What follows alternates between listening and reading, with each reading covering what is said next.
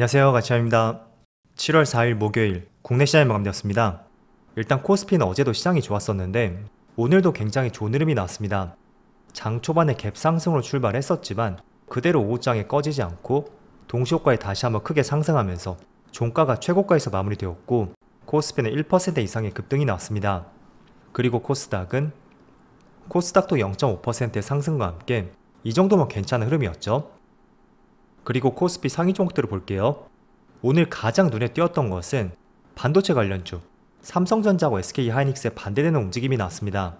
그거는 조금 뒤에서 말씀드리겠고, 그리고 금융주라든지 2차전지 관련주들, 이쪽도 나름대로 괜찮은 흐름이었고 오늘은 어려움이 있었던 종목은 없었던 것 같습니다.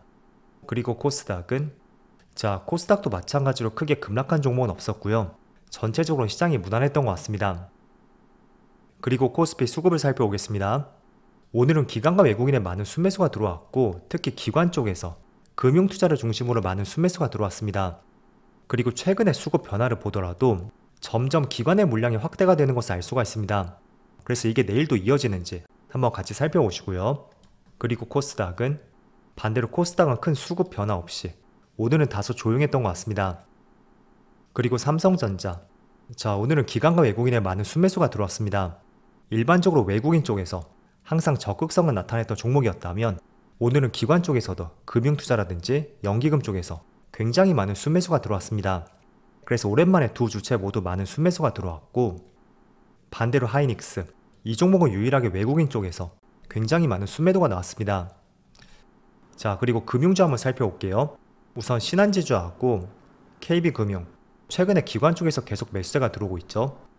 또 자동차 관련주, 현대차는 최근 들어 수급이 그렇게 좋지는 않은 것 같습니다. 그럼 이어서 주체별 매매 동향에 대해서 살펴보도록 하겠습니다. 7월 4일 외국인이 가장 많이 매수한 종목은 삼성전자, 삼성전기, 삼성전자 우선주, 삼성 SDI, APR.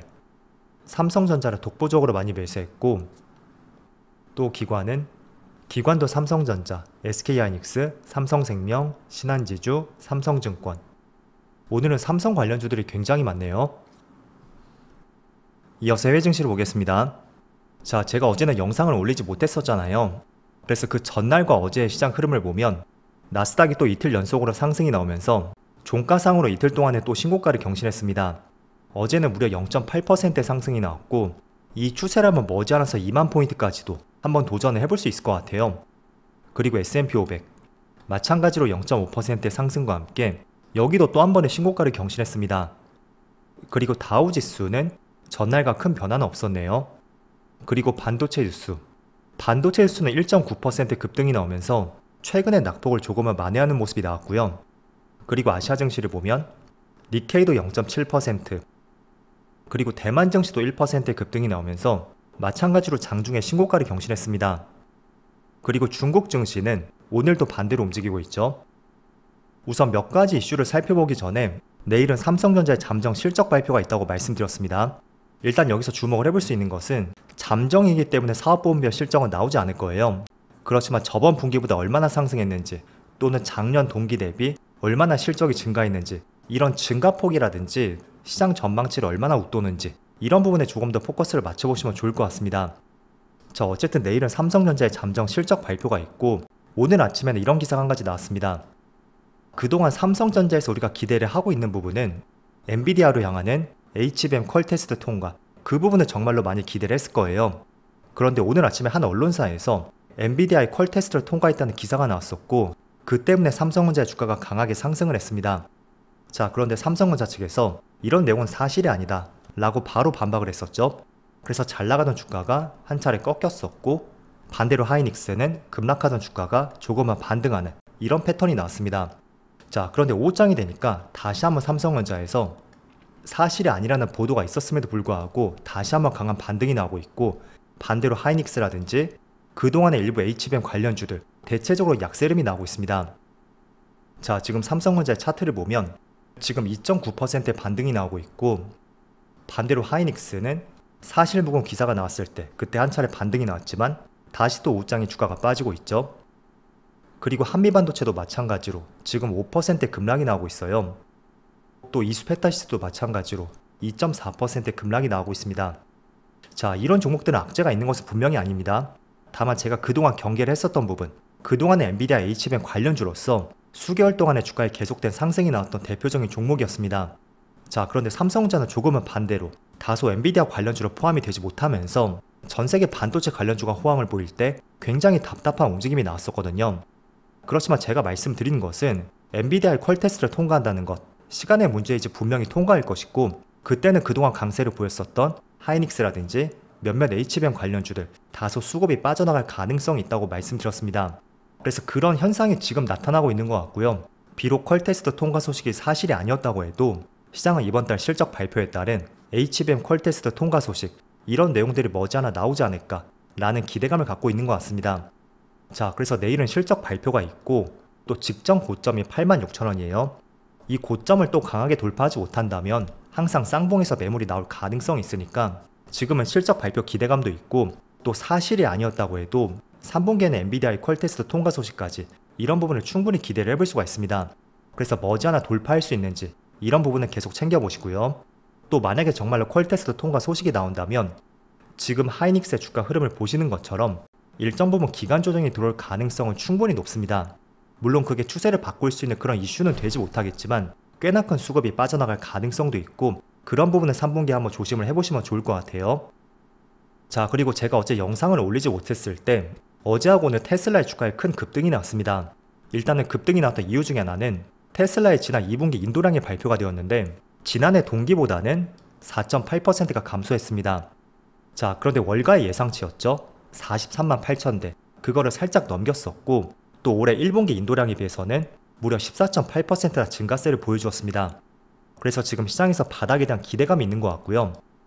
또 제가 전기차의 업황에 돌아섰는지 그 부분을 선행적으로 우리가 알기 위해서는 테슬라의 주봉상 차트 있죠? 이 추세를 바꿀 수 있는지 이런 부분을 꼭 주목해보자고 말씀드렸습니다. 자, 그런데 제가 지난번에 그었던 추세선이거든요. 그 추세선을 주봉상으로 살짝 돌파하는 흐름이 나왔습니다. 물론 미국 시장은 이번 주에 이틀 동안 시장이 남아있죠. 그래서 주봉상 다시 내려갈 가능성도 있습니다. 하지만 그 추세를 돌파를 했다는 것은 일단은 이번 주 종가가 어디까지 될지 모르겠습니다. 그렇지만 이제 3분기부터는 본격적으로 2차원지 관련주도 관심을 가져보자 라는 말씀을 전해드릴게요. 자, 물론 지금 실적이라든지 과거에 한창 잘 나갈 때 이런 구간 있죠? 20년하고 21년. 그때만큼은 영업이익이나 매출이 회복하지 못했어요. 하지만 주식이라는 것은 지금 당장 실적이 좋지 않다고 해도 개선될 여지가 보인다면 그때부터 선제적으로 바닥을 다질 가능성이 있고, 그게 삼성전자와 SK 하이닉스를 통해서 우리가 충분히 먼저 패턴을 볼 수가 있었습니다. 반도체가 바닥을 다졌던 것은 23년도 초였죠. 그런데 실적이 본격적으로 돌아섰던 것은 그로부터 1년 뒤 올해 1분기부터였습니다. 그래서 그런 시차가 충분히 발생이 될 수 있는 만큼 지금 주봉상으로 종료가 되지 못했지만 현재 장중에는 의미 있는 추세선을 뚫고 올라갔고, 또 테슬라의 2분기 인도량의 기대치를 넘겼다는 것은 3분기부터는 본격적으로 2차원지 관련주에 대해서 주목할 타이밍이 되지 않을까 라는 말씀을 전해드리겠습니다. 자, 그리고 2차원지 관련주를 우리가 주목할 때 2차원지 관련주 아무 종목이나 관심을 갖는 것이 아니고요. 과거에 항상 상승폭이 컸던 종목들 있죠. 또는 끼가 있었던 종목들, 그런 종목들을 먼저 관심을 가져보시고요. 그 대표적인 종목으로서는 에코프로 그룹주가 될 수가 있고, 또 대형주 안에서는 LG 에너지 솔루션 또는 삼성 SDI, 그런 종목들이 대표적이라고 할 수가 있겠죠. 자, 그렇지만 이 모든 것들이 지금 당장 2차원지 관련주를 매수하자는 것은 아닙니다. 지금 테슬라는 주봉상 2거래일이 남아있고요. 또 이번 주 한 주간에 강한 상승이 나왔던 만큼 다소 피로감이 노출될 가능성도 있습니다. 그래서 확연하게 주봉을 돌파하는지 그런 부분을 계속 살펴보시고요. 또 내용적인 부분들 있죠. 지금은 인도량 증가에 대한 기대감이 있지만 실제로 그게 3분기, 4분기 계속 뻗어갈 수도 있는지 그런 내용적인 부분도 꼭 살펴보셔야 됩니다. 자, 그리고 세 번째 마지막 이슈. 그동안 연초부터 밸류업 프로그램에 대해서 시장에 많은 기대감이 반영이 되었고, 대표적인 관련주로서는 자동차 관련주라든지 금융주들, 이 두 개 업종이 시장에서 많은 관심을 받았습니다. 자, 그런데 어제 정부에서 밸류업 프로그램을 뒷받침할 수 있는 인센티브가 발표가 되었고, 내용들을 몇 개 살펴보겠습니다. 일단 첫 번째로 법인세와 배당소득세를 분리과세하겠다 라는 문구가 담겨 있습니다. 자, 일반적으로 세금이라는 것은 합산과세를 원칙으로 하고 있습니다. 그래서 전체 소득을 모두 합쳤을 때 그 과세 표준 구간을 정함으로써 세율이 계속 달라질 수밖에 없습니다. 자, 그런데 이 배당소득세를 분리과세란다는 것은 개인들 입장에서 세금을 많이 줄일 수 있는 내용이라고 할 수가 있습니다. 그래서 그동안은 합산과세를 적용했기 때문에 연말에 그 세금을 회피하기 위해서 대주주 물량이 많이 나왔다고 할 수가 있습니다. 자, 그런데 그게 적용이 되지 않는다면 연말에 나올 수 있는 대주주 물량, 저는 상당 부분 줄어들 가능성도 있다고 보고 있고, 또 주주 친화 정책을 펼친 기업에 대해서는 법인세를 깎아주기로 했다는 이런 내용도 담겨 있습니다. 자, 결국은 법인세를 깎아줌으로써 배당을 늘리기 위한 정책이라고 할 수가 있겠죠. 그리고 밑에는 경영권 문제이기 때문에 개인들에게 적용되는 내용은 아닐 수가 있겠죠. 그리고 조금 전에 배당 소득을 분리과세한다고 말씀드렸잖아요. 세율도 기존 14%에서 5%로 낮출 것이라는 발표도 있었습니다. 자, 그래서 최근에 금융주에 의미 있는 상승이 나왔었고, 대표적으로 KB금융, 그리고 신한지주까지 조금 전 이런 내용에 대한 기대감이 충분히 있습니다.